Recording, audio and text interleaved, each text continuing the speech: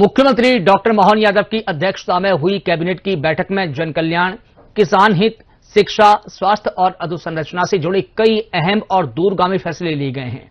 Cabinet की बैठक के बाद लोक स्वास्थ्य और चिकित्सा शिक्षा राज्य मंत्री नरेंद्र शिवाजी पटेल ने कैबिनेट के निर्णयों की विस्तार से जानकारी दी। उन्होंने कहा कि किसान कल्याण वर्ष में सरकार ने किसानों को बड़ी राहत देते हुए जमीन अधिग्रहण, सिंचाई, पुनर्वास, शिक्षा और स्वास्थ्य से जुड़े कई प्रस्तावों को मंजूरी दी है।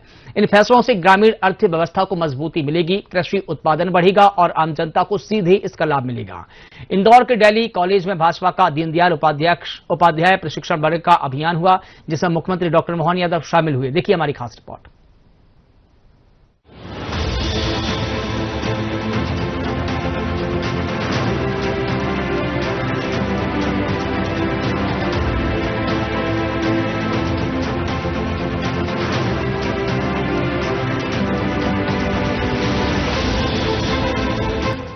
मुख्यमंत्री डॉक्टर मोहन यादव की अध्यक्षता में कैबिनेट की बैठक हुई। इस दौरान मोहन कैबिनेट ने मेडिकल कॉलेज और जिला अस्पतालों में मरीजों के परिजनों के लिए शेल्टर होम बनाने के प्रस्ताव को मंजूरी दी है। शेल्टर होम में मरीज के परिजनों को रुकने और खाने की व्यवस्था सस्ती दरों पर मिल सकेगी। यह व्यवस्था निर्माणाधीन मेडिकल कॉलेज में भी लागू होगी। बैठक में यह तय हुआ कि अगले 5 सालों में सभी मेडिकल कॉलेजों में कैथलैब और ऑर्गन ट्रांसप्लांट जैसी सुविधाओं के विकास पर करीब 2000 करोड़ रुपए खर्च किए जाएंगे। वहीं राज्य में अलग अलग निर्माण कार्यों के लिए करीब 33,000 करोड़ रुपए के प्रस्ताव को स्वीकृति दी गई है। उधर कैबिनेट ने फैक्टर 2 लागू करने का फैसला लिया है। इसके तहत ग्रामीण क्षेत्रों में किसानों को जमीन अधिग्रहण पर 4 गुना तक मुआवजा मिलेगा। मध्य प्रदेश के यशस्वी मुख्यमंत्री डॉक्टर मोहन यादव लगातार आमजनों की, गरीबों की और किसानों की चिंता करते हैं। आज किसानों के हित में मध्य प्रदेश सरकार ने एक ऐतिहासिक निर्णय लिया है। डॉक्टर मोहन यादव जी की सरकार अब किसानों को 4 गुना मुआवजा देगी। मुझे लगता है कि सड़क, पुल और रेलवे के लिए जो जमीन अधिग्रहित की जाती है, अन्य सरकारी योजनाओं के लिए जमीन अधिकृत की जाती है, तो अब किसानों को उसको 4 गुना मुआवजा जब मिलेगा तो किसान की स्थिति ठीक होगी। मुझे लगता है कि डॉक्टर मोहन यादव जी की सरकार जो निर्णय करती है वो ऐतिहासिक निर्णय लेते हैं, जिससे हर व्यक्ति खुश हो रहा है और समाज में आज भारतीय जनता पार्टी की जो मजबूती है उसमें डॉक्टर मोहन यादव जी का सबसे बड़ा योगदान है। मध्य प्रदेश में पहली बार मरीजों के परिजनों के ठहरने के लिए शेल्टर होम बनाए जाएंगे। स्वास्थ्य विभाग के अधिकारियों ने बताया कि बड़ी संख्या में मरीजों के परिजन अस्पतालों में आते हैं, लेकिन उन्हें ठहरने के लिए भटकना पड़ता है। ऐसे में उनके लिए शेल्टर होम बनाए जाएंगे। स्वास्थ्य विभाग चरणबद्ध तरीके से वर्तमान में संचालित 20 सरकारी मेडिकल कॉलेजों के लिए सामाजिक संस्थाओं से प्रस्ताव आमंत्रित करेगा। सरकार केवल जमीन उपलब्ध कराएगी, जबकि भवन निर्माण से लेकर बिजली, पानी सहित सभी व्यवस्थाएं संस्थाएं स्वयं करेगी। मरीजों के परिजनों के ठहरने और भोजन के लिए एक सीमित न्यूनतम शुल्क तय करेगी। इस व्यवस्था में सामाजिक संस्थाएं लाभ कमाने के उद्देश्य से नहीं, बल्कि समाज सेवा के भाव से सहभागी बनेंगी। कैबिनेट ने सीएम केयर योजना 2026 की निरंतरता को मंजूरी दी है। इस योजना पर 5 सालों में 3,628 करोड़ रुपए खर्च किए जाएंगे। कैबिनेट के फैसलों की जानकारी देते हुए मंत्री शिवाजी पटेल ने बताया कि नारी शक्ति वंदन के तहत महिला सशक्तिकरण के लिए 1 दिन का विशेष सत्र आयोजित किया जाएगा। यशस्वी लोकप्रिय मुख्यमंत्री आदरणीय डॉक्टर मोहन यादव जी के नेतृत्व में एक ऐतिहासिक निर्णय हुआ। हमारे किसान बंधुओं की, किसान संगठनों की बहुत लंबे समय से ये मांग थी कि जो भी शासकीय निर्माण कार्य होते हैं, सार्वजनिक निर्माण कार्य होते हैं, उनके लिए जो भूमि अर्जन होती है उसमें किसान बंधुओं को, जमीन मालिकों को उचित मुआवजा मिल जाए। इसके लिए जो मध्य प्रदेश भूमि अर्जन, पुनर्वासन और पुनर्व्यवस्थापन उचित प्रतिकार और पारदर्शिता का अधिकार अधिनियम 2015 है, उसमें मल्टीप्लिकेशन फैक्टर के पुनर्निर्धारण का प्रावधान है और जो हमारे केंद्र सरकार का एक्ट है 2013 का, उसमें भी इस मल्टीप्लिकेशन फैक्टर को अधिसूचित किया गया है और ये मल्टीप्लिकेशन फैक्टर तय करना राज्य सरकारों का विशेष अधिकार है। अभी जो अपने अधिनियम है उसके अंतर्गत यदि फैक्टर 1 रहता है तो किसानों को दुगना मुआवजा मिलता है और अब इस फैक्टर 1 जो है उसको आज मध्य प्रदेश की सरकार ने हमारे लोकप्रिय मुख्यमंत्री डॉक्टर मोहन यादव जी के नेतृत्व में मंत्रिपरिषद ने फैक्टर 2 इसको निर्धारित किया है ग्रामीण क्षेत्रों के लिए। तो निश्चित रूप से पूरे प्रदेश में सभी ग्रामीण की जो कृषि भूमि है उसके लिए फैक्टर 2 का निर्धारण हुआ है। फैक्टर 2 होने के परिणाम स्वरूप अब 4 गुना मुआवजा हमारे प्रदेश के किसानों को मिला करेगा यदि किसी भी शासकीय कार्य के लिए, सार्वजनिक निर्माण कार्य के लिए यदि भूमि अर्जन की जाएगी। निश्चित रूप से ये एक ऐतिहासिक निर्णय है हमारे किसान भाइयों के हित में। साथ में आज निर्माण कार्यों के लिए भी 33,000 करोड़ से अधिक के कार्य स्वीकृत किए गए हैं। जिस तरह से कि मध्य प्रदेश की सरकार ने हमारे लोकप्रिय मुख्यमंत्री जी के नेतृत्व में सिंचाई क्षेत्र को बढ़ाने का जो तय किया है कि हम 100 लाख हेक्टेयर क्षेत्र को सिंचित करेंगे, उसकी दिशा में निरंतर मध्य प्रदेश की सरकार प्रयास कर रही है। आज भी मंत्रिमंडल ने उज्जैन की इंदौख रुद्रहेड़ा सूक्ष्म सिंचाई परियोजना के लिए 157 करोड़ रुपए से अधिक का प्रावधान वाली परियोजना को स्वीकृत किया। इससे हमारे 10,800 हेक्टेयर क्षेत्र के कृषि भूमि को सिंचित करने का काम किया जाएगा और जिससे 35 गांव के किसानों को लाभ प्राप्त होगा। साथ में जो जैन बेतवा परियोजना है उसके अंतर्गत छिंदवाड़ा में सिंचाई कॉम्प्लेक्स परियोजना चल रही है, उसमें भी हमारे किसानों को जो विशेष पुनर्वास पैकेज है उसमें 128 करोड़ रुपए की वृद्धि की गई है। इससे 628 ग्राम लाभान्वित होने हैं छिंदवाड़ा जिले के। तो निश्चित रूप से इस परियोजना से जो लाभान्वित गांव है तेजी से ये परियोजना लागू हो। 1,90,500 हेक्टेयर क्षेत्र में ये सिंचाई परियोजना बन रही है। इस पुनर्वास पैकेज से इस परियोजना को निर्माण कार्य में गति मिलेगी। लोक निर्माण विभाग के अंतर्गत भी विभिन्न विकास कार्यों के लिए 25,164 करोड़ रुपए की स्वीकृति प्रदान की गई है। इसके अंतर्गत ग्रामीण सड़कों एवं अन्य जिला मार्गों के निर्माण और उन्नयन के लिए लगभग 6,150 करोड़ रुपए, पुलों सड़कों के उन्नयन के लिए 1,087 करोड़ रुपए, भवनों के मरम्मत और विभागीय परिसंपत्तियों के संधारण के लिए 765 करोड़ रुपए, बृहद पुलों के निर्माण की योजना के लिए 16वें वित्त आयोग की अवधि में लगभग 9,950 करोड़ रुपए की स्वीकृति प्रदान की गई है। शिक्षा के क्षेत्र में आज पुनः हमारे मुख्यमंत्री डॉक्टर मोहन यादव जी के नेतृत्व में हमने आगामी 5 वर्षों के लिए कक्षा 6वीं और 9वीं के अध्ययनरत विद्यार्थियों के लिए निःशुल्क साइकिल परियोजना का प्रदान करने की योजना का एक्सटेंशन किया है, वृद्धि की है। इसमें लगभग 990 करोड़ रुपए खर्च होंगे और हमारे मध्य प्रदेश के कक्षा 6वीं तथा 9वीं के विद्यार्थी लाभान्वित होंगे। साथ में जो हमारे शिक्षक प्रशिक्षण संस्थाएं हैं उनके खर्चे के लिए तथा उनसे संबंधित संस्थानों के सुदृढ़ीकरण से संबंधित 8 परियोजनाओं के संचालन के लिए 1200 करोड़ रुपए से अधिक की राशि इसमें खर्च की जाएगी। निश्चित रूप से इन प्रशिक्षण संस्थानों से हमारे मध्य प्रदेश के शिक्षकों के प्रशिक्षण से लाभ प्राप्त होगा, जिसका लाभ हमारे मध्य प्रदेश के विद्यार्थियों को प्राप्त होगा। मध्य प्रदेश में उन्नत चिकित्सा सेवाओं की लगभग 5,779 करोड़ रुपए आज स्वीकृत किए हैं। मेरे को बताते हुए आपको बड़ा हर्ष है कि माननीय मुख्यमंत्री डॉक्टर मोहन यादव जी के नेतृत्व में सीएम केयर नाम से एक योजना लाई जा रही है। इस योजना के तहत 3,628 करोड़ रुपए आगामी 5 वर्षों में खर्च करने की योजना बनाई है।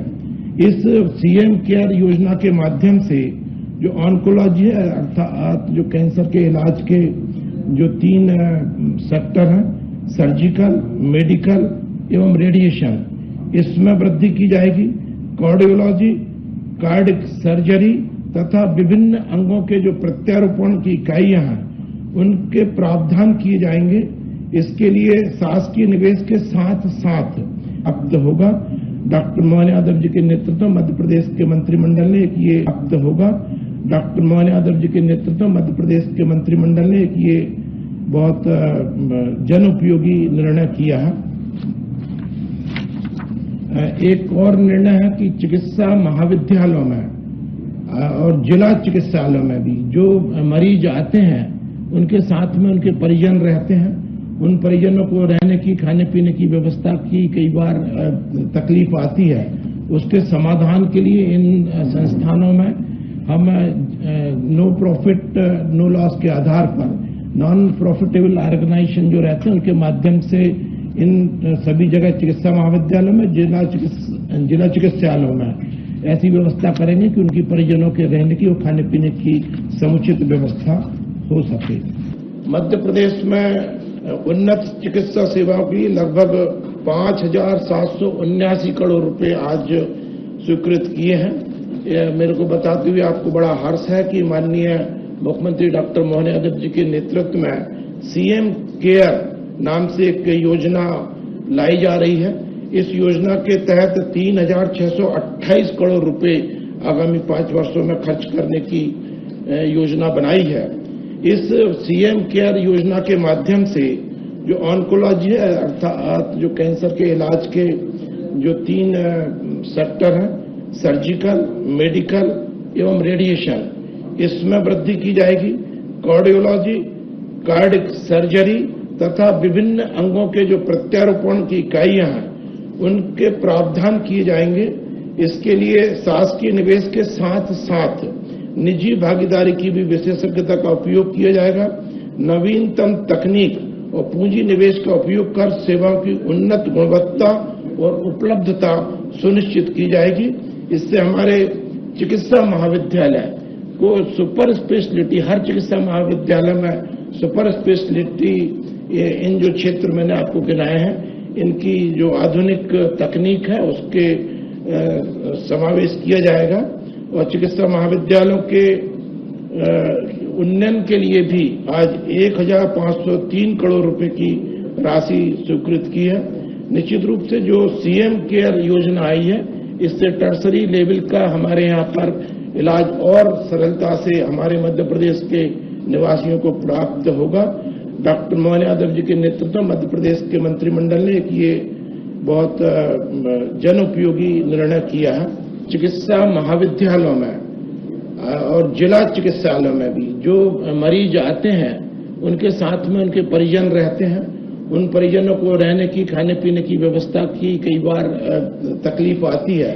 उसके समाधान के लिए इन संस्थानों में हम नो प्रॉफिट नो लॉस के आधार पर नॉन प्रॉफिटेबल ऑर्गेनाइजेशन जो रहते हैं उनके माध्यम से इन सभी जगह चिकित्सा महाविद्यालयों में, जिला चिकित्सालयों में ऐसी व्यवस्था करेंगे कि उनकी परिजनों के रहने की और खाने पीने की समुचित व्यवस्था हो सके। और हमारे अधिकारीगण और कर्मचारियों ने माननीय मुख्यमंत्री जी की मंशा के अनुरूप उनका समाधान समय सीमा में किया। प्रदेश में पारदर्शी, जवाबदेह एवं जनमुखी प्रशासन को और मजबूती इस तरह के अभियानों से प्राप्त होती है। जल गंगा संवर्धन अभियान, जैसा कि आप सब मित्रों को अच्छे से जानकारी है, 19 मार्च 2026 से प्रारंभ हुआ है और प्रतिवर्ष ये किया जा रहा है। और इसके तहत जल संरक्षण, जल संरचनाओं के संवर्धन और जन भागीदारी का एक व्यापक जन आंदोलन बनता जा रहा है। इस अभियान के प्रयासों से राष्ट्रीय स्तर पर मध्य प्रदेश को जल संरक्षण में तीसरे स्थान पर तालाब, कुएं, पुरानी बावड़ियों के संवर्धन, नालों की सफाई, सौंदर्यीकरण, रेन वाटर हार्वेस्टिंग सिस्टम की स्थापना इत्यादि कार्य इसके माध्यम से किए जाते हैं। अभी जो 10वीं और 12वीं के बोर्ड के परिणाम आए हैं, निश्चित रूप से उनमें 10वीं का जो परिणाम है वो 73% से अधिक है, 12वीं का परीक्षा परिणाम 76% से अधिक है। निश्चित रूप से ये मध्य प्रदेश में जो शिक्षा के क्षेत्र में प्रयास किए जा रहे हैं उसी का परिणाम है कि परिणाम उत्तम आते जा रहे हैं। अभी इसमें एक प्रसन्नता का विषय ये भी है कि लगभग 10% हमारी छात्राओं को इसमें अधिक सफलता मिली है। तो निश्चित रूप से ये हमारी मध्य प्रदेश की छात्राओं के गौरव का विषय है कि हमारे मध्य प्रदेश में हमारी बेटियां और आगे बढ़ रही हैं। पीएम श्री हेली सेवा के लिए ओरछा की सेवा प्रारंभ हुई है। भगवान परशुराम की जन्मस्थली जाना पाव को भी 17.41 करोड़ की लागत से श्री परशुराम श्री कृष्ण लोक विकसित करने की योजना माननीय मुख्यमंत्री डॉक्टर मोहन यादव जी के नेतृत्व में बनी है। पौराणिक महत्व को दर्शाने वाला एक भव्य संग्रहालय इत्यादि इस श्री परशुराम श्री कृष्ण लोक में निर्मित किए जाएंगे। निश्चित रूप से भगवान परशुराम का जीवन आस्था, श्रद्धा, धर्म की स्थापना के लिए समर्पण का अनुपम उदाहरण है। इसके लिए मध्य प्रदेश के लिए उनकी जन्मस्थली जनापाव का होना मध्य प्रदेश के लिए गौरव का विषय है और हमने माननीय मुख्यमंत्री के नेतृत्व में इसको विकसित करने का संकल्प लिया है। इंदौर के डेली कॉलेज में भाजपा का दीनदयाल उपाध्याय प्रशिक्षण वर्ग महाअभियान के आयोजन में मुख्यमंत्री डॉक्टर मोहन यादव शामिल हुए।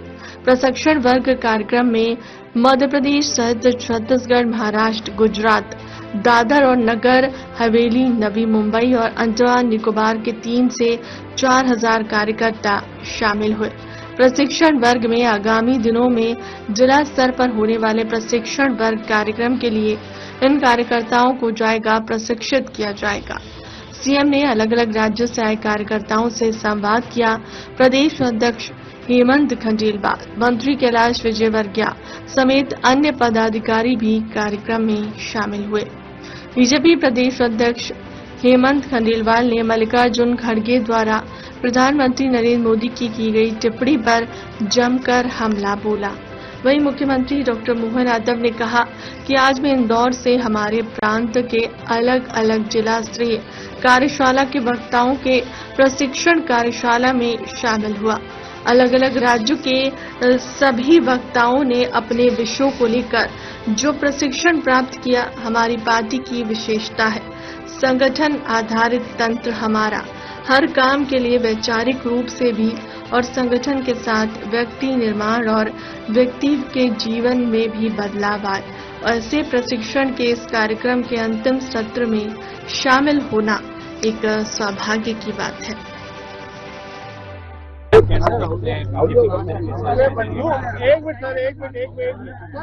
हमारी पार्टी की सतत प्रक्रिया है कार्यकर्ताओं को पार्टी की कार्य पद्धति, पार्टी की विचारधारा से लगातार अवगत कराना और पार्टी का एक क्रम लगातार चलता है। ये दूसरे दौर की कार्यशाला है। पहले दौर में हमारे 1313 मंडलों में कार्यशाला हुई जिसमें विभिन्न विषय के विशेषज्ञ हमारे वक्ताओं ने अपने कार्यकर्ताओं को उससे अवगत कराया।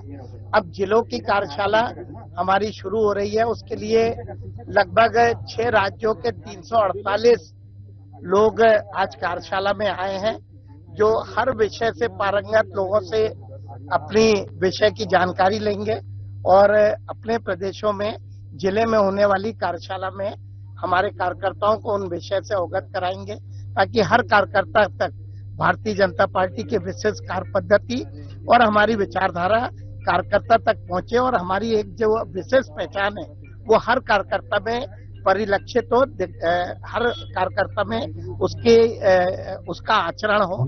ऐसी हम लगातार कार्यशाला से हम कार्यकर्ताओं से अपेक्षा करते हैं। आज मैं इंदौर में हमारे अलग अलग प्रांत के जिला स्तरीय कार्यशाला के वक्ताओं के प्रशिक्षण के इस कार्यक्रम में शामिल हुआ। हमारे अध्यक्ष माननीय हेमंत खंडेलवाल जी, माननीय राष्ट्रीय सह संगठन मंत्री माननीय शिव प्रकाश जी, भाई साहब क्षेत्रीय संगठन मंत्री माननीय अजय जामवाल जी और सभी राज्यों के अलग अलग वक्ताओं ने दिन भर अपने विषयों को लेकर जो प्रशिक्षण प्राप्त किया, ये हमारी पार्टी की विशेषता है। संगठन आधारित तंत्र हमारा सदैव हर काम के लिए वैचारिक रूप से भी परिपुष्ट हो और संगठन के साथ व्यक्ति निर्माण के आधार पर व्यक्तियों के जीवन में भी बदलाव आए। ऐसे एक प्रशिक्षण के इस कार्यक्रम का अंतिम सत्र में शामिल होना मेरे लिए भी सौभाग्य की बात है। मध्य प्रदेश संगठन आधारित राज्य है, इसलिए यहाँ इस प्रकार की गतिविधि चलती रहती है। मेरी अपनी ओर से बधाई।